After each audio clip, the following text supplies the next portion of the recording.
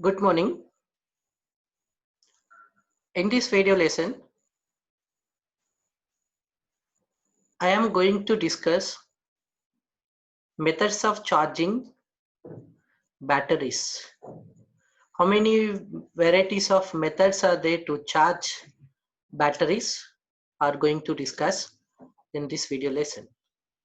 This objective of this video lesson is charging of batteries by one of the method is constant current method. Another method is constant voltage method. Charging of batteries. When supply is given to the battery, the chemical reactions which takes place inside the battery would convert the electrical energy into chemical energy. Means now this battery is not using for external purpose. Already the chemical energy inside is utilized for electrical appliances. Now the time to recharge the battery means previously it is discharging. Now we have to charge the batteries.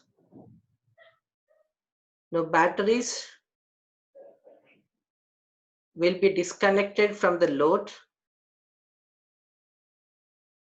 and brought to the charging sections. At the time of charging of battery, we will give input DC to the battery terminals. By giving input DC, it converts electrical energy into chemical energy. Means this is called charging of batteries. The charging of batteries mainly two types, as I said in my previous slide. One is constant voltage method, another one is constant current method. We will discuss one by one.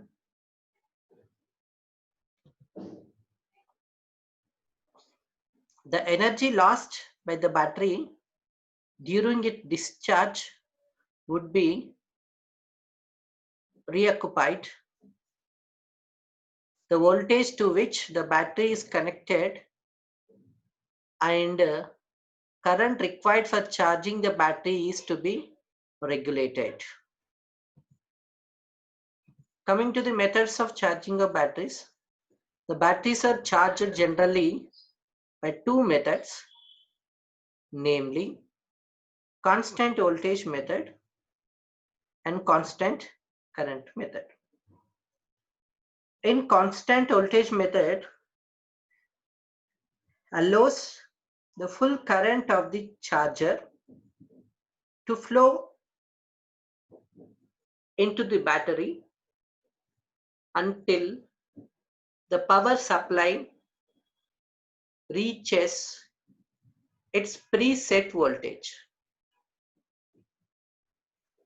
The current will then taper down to a minimum value once that voltage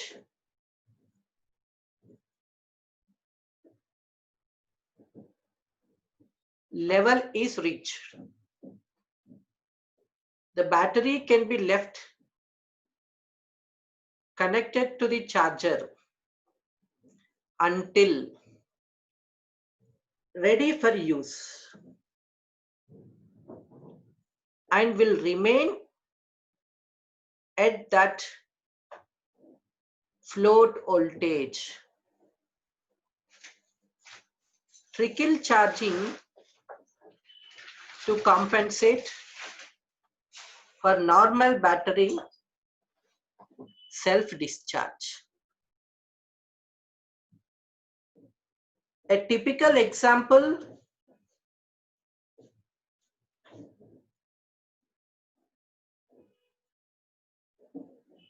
would a low-cost auto battery charger for home use or basic backup power systems. This constant voltage method enables fast charging rates and is suitable for lead acid types of batteries, but not for nickel metal hydride or lithium ion types. In coming to constant current method, it is a simple form of charging batteries with the current level set at approximately 10% of the maximum battery rating. Charge times are relatively long, with the disadvantages that the battery may overheat if it is overcharged, leading to premature battery replacement. This constant current charging method is suitable for nickel metal hydride type of batteries. The battery must be disconnected or a timer function used once charged. There is also another method is called constant voltage constant current, means CVCC method. It is a combination of about two methods.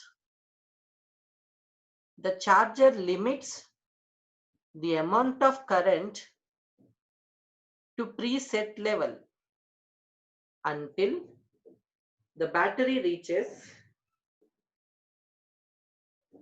a preset voltage level. The current then reduces as the battery becomes fully charged. The system allows fast charging without the risk of overcharging and is suitable for lithium ion and other batteries types. Constant voltage method. In this method, the voltage of the source is kept constant and current passes through the battery is regulated. Means the supply voltage kept constant.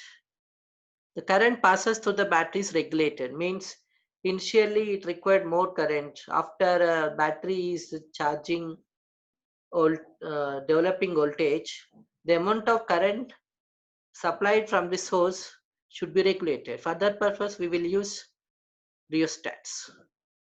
This method is preferred owing to fact that the charging current would automatically taper off due to the growth of EMF of the cell.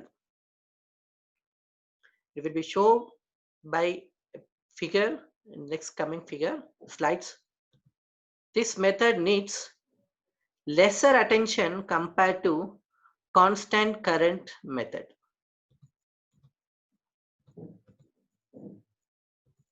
You can see this is the charging of voltage methods for constant voltage.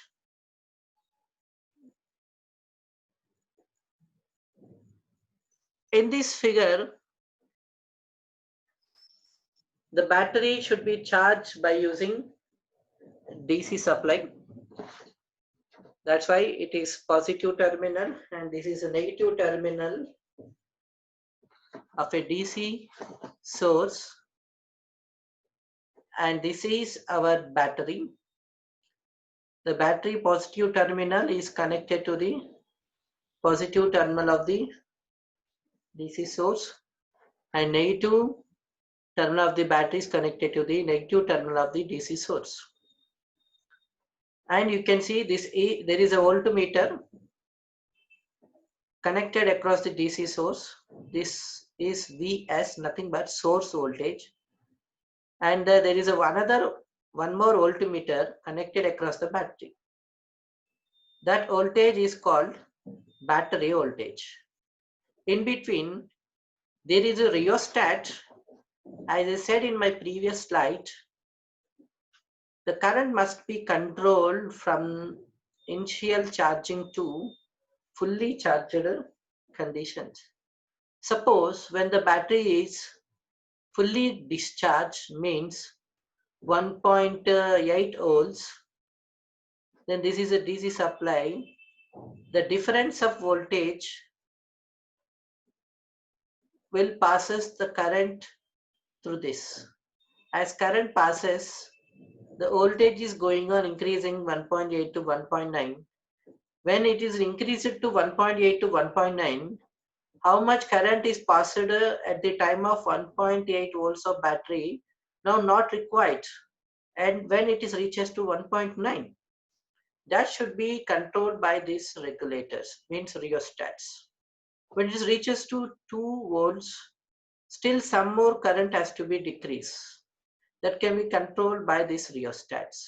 And this is the block diagram for constant voltage methods of charging of batteries. Please note down this block diagram, which is useful for academic point of view.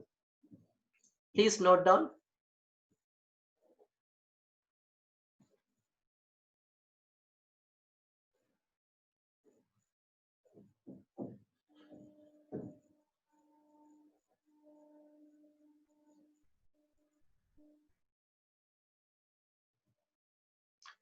Thank you for noting down this block diagram of constant voltage method of charging batteries. Next, I will move to another slide. Constant voltage methods. In this method, charging voltage is kept constant. The figure depicts the method of charging a given battery by means of DC supply. The battery to be charged is connected with the correct polarity across the terminals of DC supply through switch. Voltmeter across the battery VB is connected across the battery. The reading of voltmeter VB is taken while the switch is kept open. VB voltage across the battery reads the discharge voltage of the battery. Voltmeter VS connected across the DC supply. VS is controlled by the rheostat are connected in its field circuit.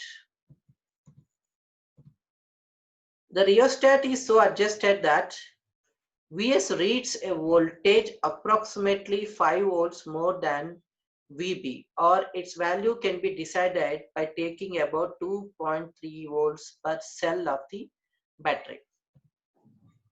When the switch is closed, charging current starts flowing through the battery, which will be indicated by an ammeter.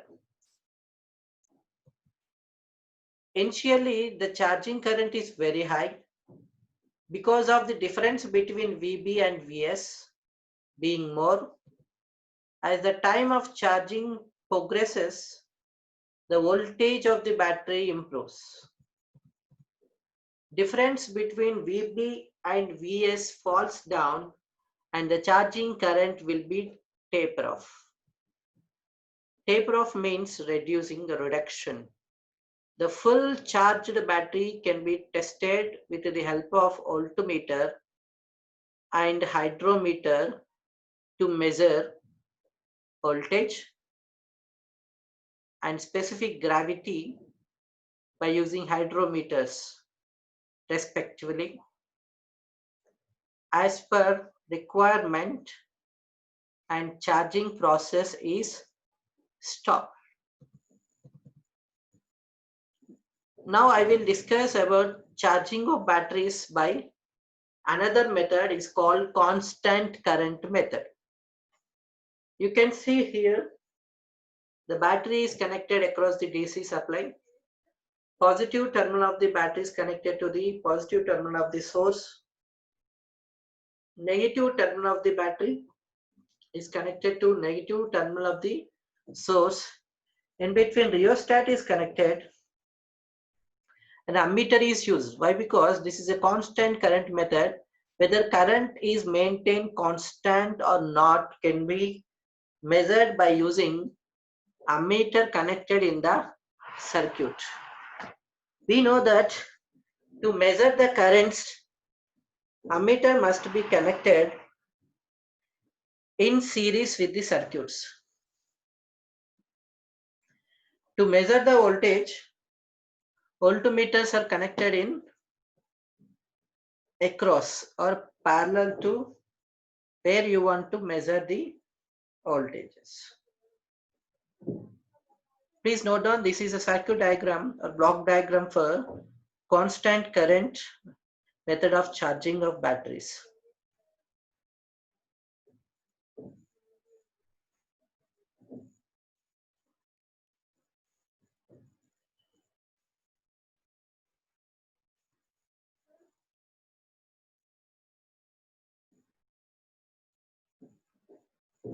Thank you for noting down this circuit diagram of constant current method of charging.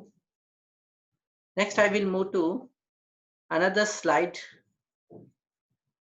In this method of charging, current is maintained constant till the battery is fully charged. Whether the battery is step by step increasing the voltage, even though the current flowing through the battery is maintained constant. That is the only difference between constant voltage and constant current method. In constant voltage method, voltage is kept constant. In constant current method, current flowing through the battery is kept or maintained constant till the battery is fully charged. The previous slide figure shows the method of charging a battery, and the battery to be charged is connected to the DC source. The charging current can be maintained constant by a resistor connected in series with the battery as shown in figure. How I will explain.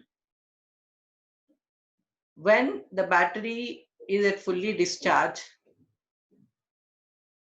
it is drawing high amount of current, high amperes of current. When the battery voltage is increased, the current drawing from the source is reduced. But to maintain constant current, by regulating the rheostat, we will increase the current and maintains how much current is flowing during initial time of charging until fully charged of the battery. Like this, the resistor or the rheostat is connected in series. The battery will maintain constant current that can be identified or measured by observed by with ammeter connected in series with the batteries. The charging current is measured with the help of a ammeter connected in series with the battery.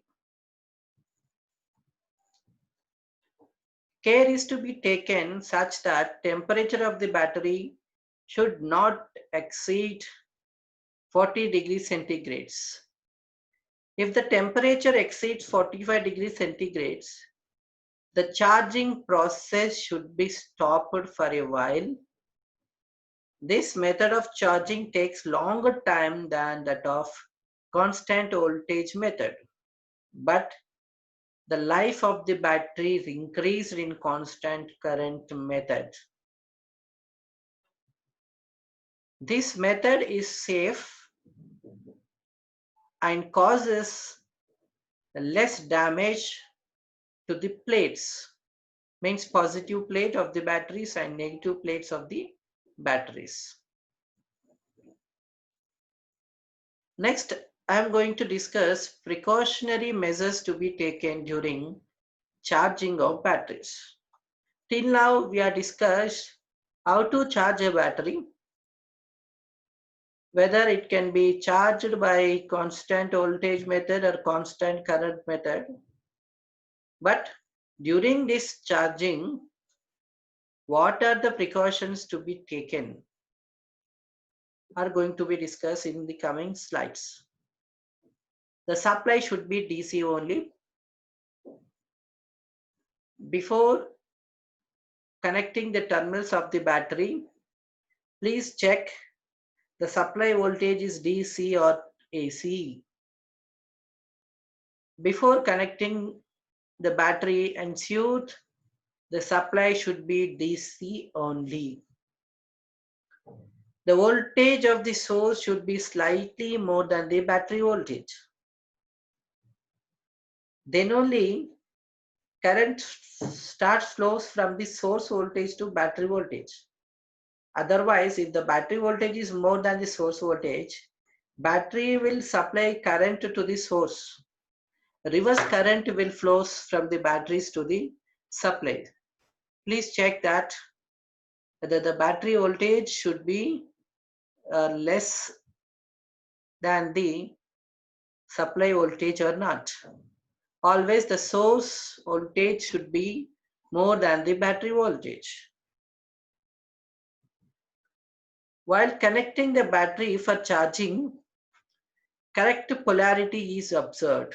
Means positive polarity of the battery should not be connected to the negative polarity of the source, and negative polarity of the battery should not connected to the positive terminal of the source.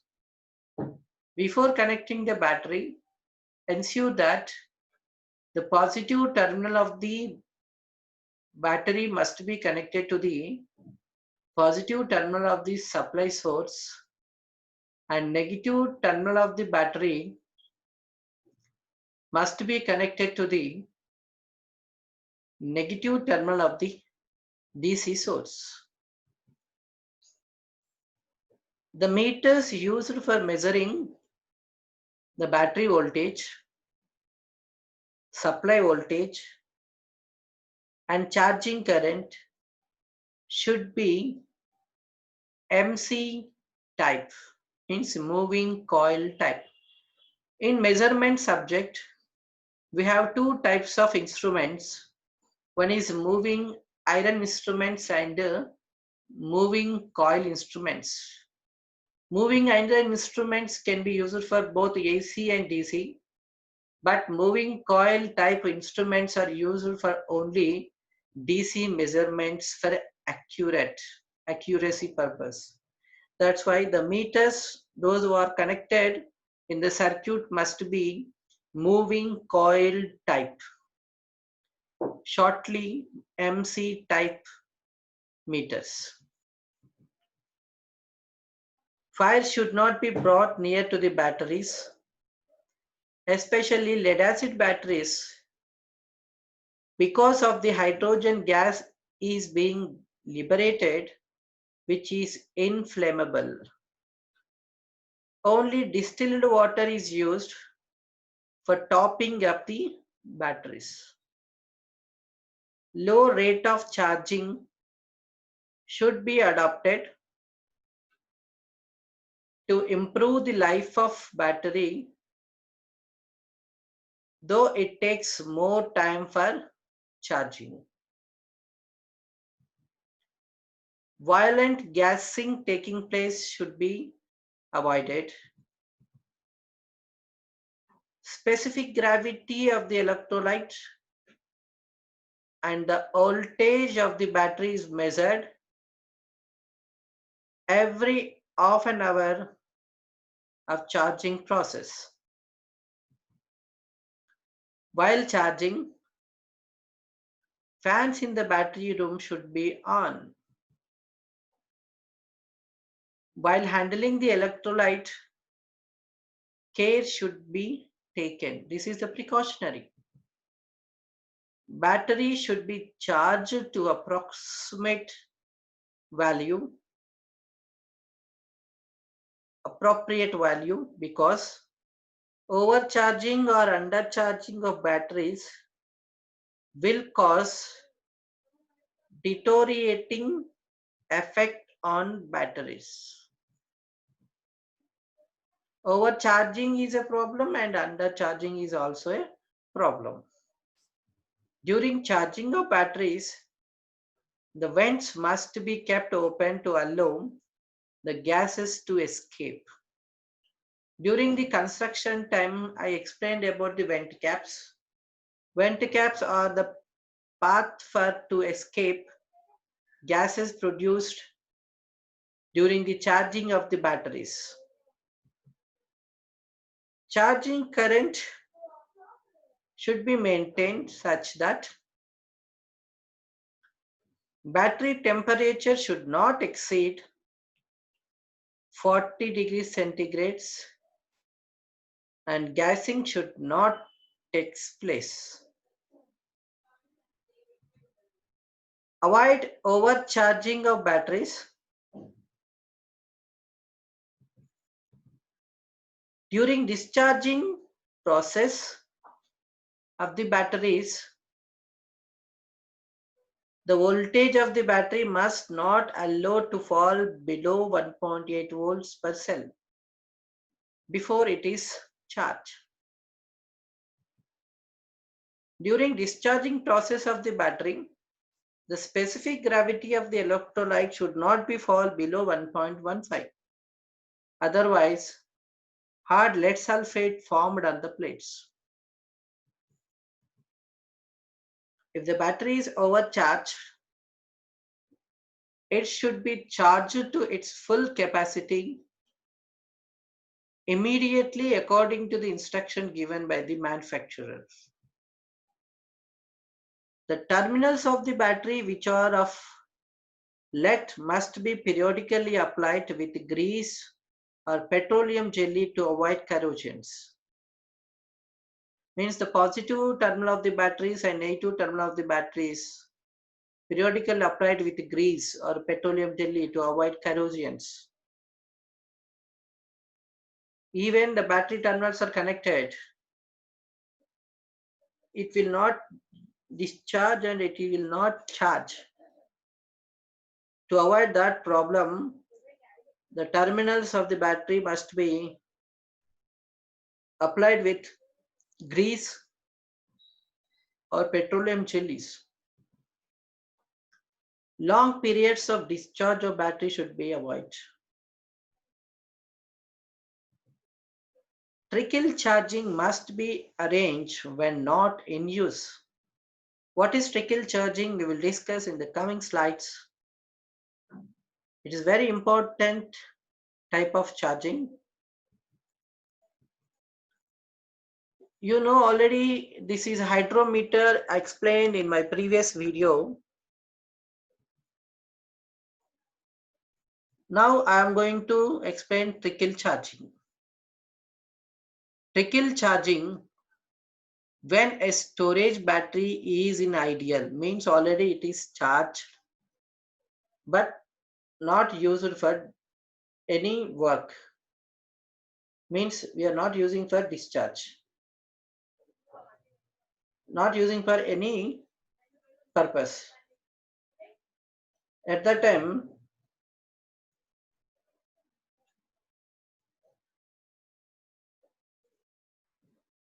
due to leakage action and other open circuit losses, the battery deteriorates. Means even when this battery is not connected, some of the voltage will reduce. Means charging a full trickle charging means a fully charged battery at the rate equal to its self discharge rate.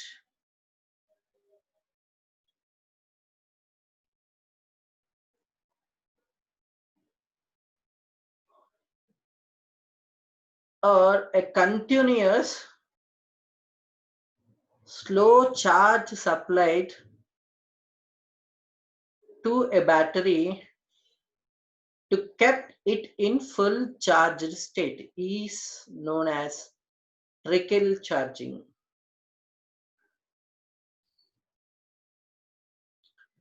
Trickle charging can actually kept always the battery in ready position.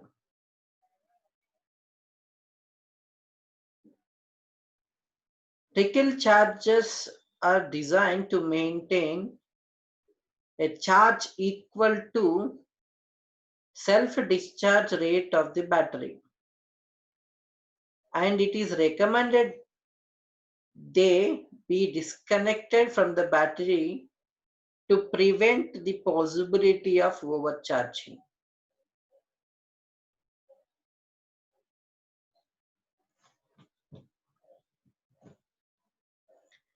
The period during which the battery is not used is the ideal period of the battery.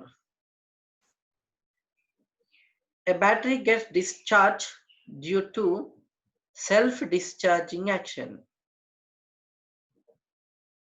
A battery gets self-discharged due to moisture, dirt present outside the battery, due to the temperature and defects present in the batteries. Self-discharge will take place. During ideal period, the battery lost some of its capacity. To compensate for the loss of the capacity of the battery during the period of use and the ideal period, a method is known trickle charging method. In trickle charging method process, the battery is allowed to get charged at a very low rate of charging current by connecting it to a source. When the battery is to be used, it will be disconnected from the source. Means when it is fully charged, the terminals are disconnected and kept ideal for long time, then battery will get discharged. And whenever we want a use of the battery, then the battery is no more use. To always keep the battery in ready position, it will be kept under trickle charging. If the battery loses much of its capacity, trickle charging will not be sufficient to recoup up it, and it has to be charged by normal charging process, means normal constant current method or constant voltage method first. After reaching its fully charged condition, Then again it will go for trickle charging. Trickle charging makes a battery floating and makes it readily available for use at full charged conditions. It is used mainly on standby applications to compensate open circuit losses. Next, I am going to discuss indications of fully charged batteries. Example, lead acid battery. How to indicate whether it is fully charged or not, how to identify, are going to be discussed now, which is very important topic. Please listen carefully. The specific gravity of a fully charged cell rises to about 1.23. This can be measured by using hydrometer. Take an hydrometer kept in these batteries and measure this specific gravity of the high electrolyte, then it will be shows 1.23. Then it is the indication of fully charged batteries. A fully charged cell will shows gasings taking place at the both plates. Physically, we cannot see these gasings at the plates. When the cell is fully charged, its voltage is increased to 2.35 volts. This can be measured by using a voltmeter. Or by using a multimeter, we can measure between the two terminals when the cell is fully charged. The specific gravity and the voltage should be constant for at least an half an hour. When the cell is fully charged, the positive plate becomes dark chocolate brown in color and the negative plate becomes gray color.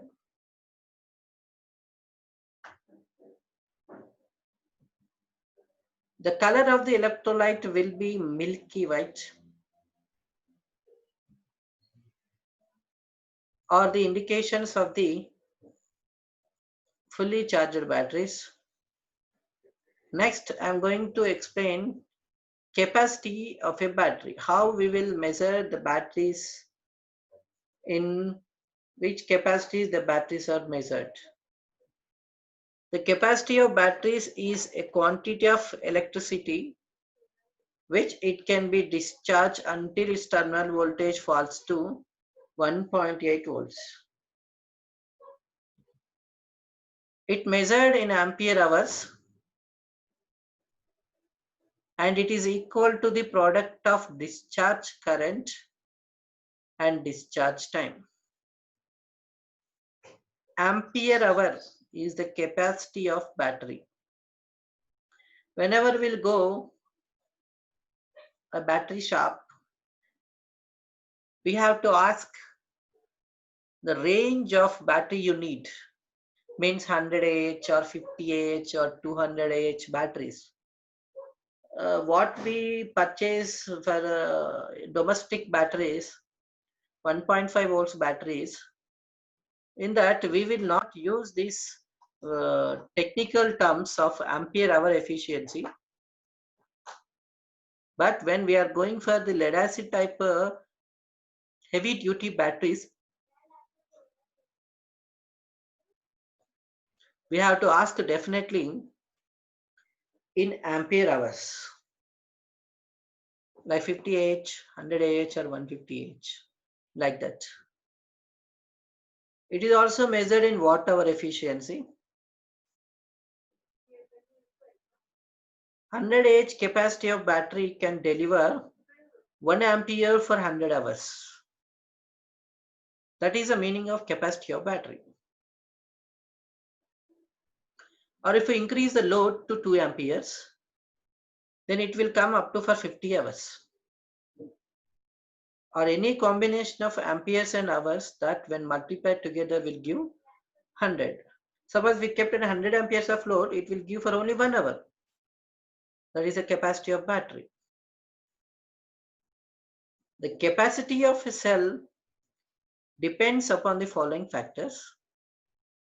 Temperature. Temperature will affect the capacity of the battery. As the temperature increases, what happens to the battery we will discuss. And rate of discharge. How much time it is discharged, whether it's fast discharge or slow discharge. Area of plates. Dimensions of the plates will affect the capacity or not, we're going to discuss. Density of the electrolyte. Every electrolyte, this electrolyte will having some density. Whether the density varying with the variable densities will affect the capacity of the cells. Area of the plates, dimensions of the plates will affect the capacity of the cells. Rate of discharge also affect the capacity of the battery.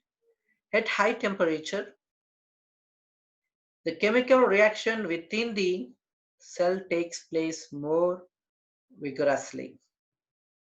The resistance of the acid is decreased. There is a better diffusion of the electrolyte. Hence, high temperature increases the capacity of a lead acid cell, but it is not advisable to operate above 40 degrees centigrade to avoid buckling and cracking of the grids. What is buckling? Buckling of battery plates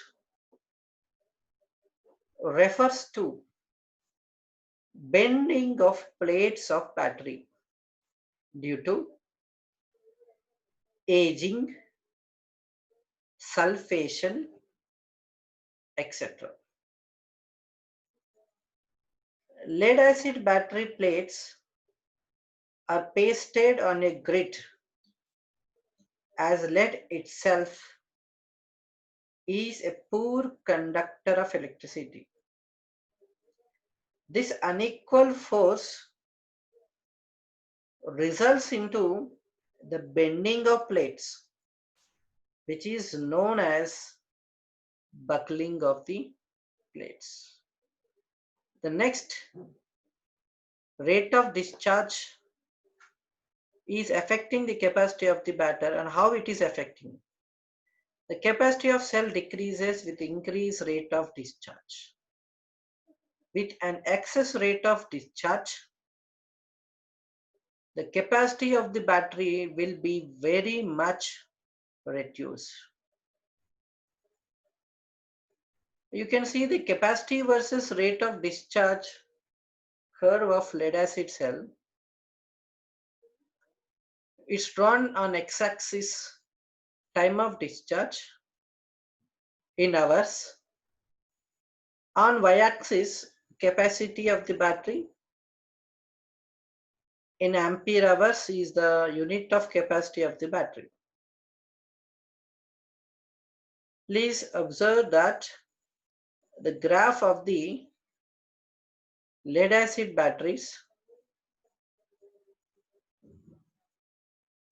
as the time of discharge is increases, the capacity of ampere hours is increases.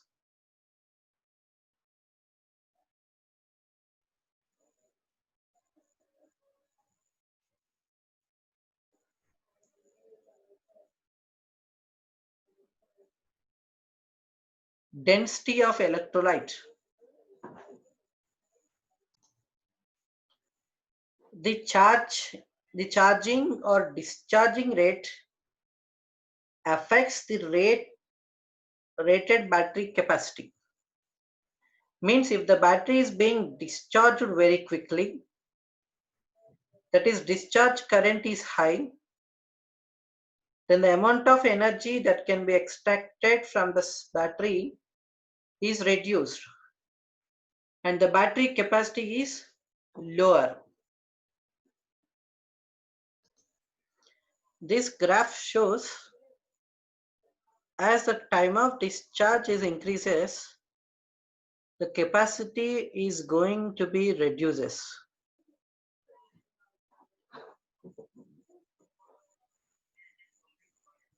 Then density of the electrolyte. Density of electrolyte affects the internal resistance and the vigor of chemical reaction. It has an important effect of the capacity. Capacity of the battery increases with density of electrolyte.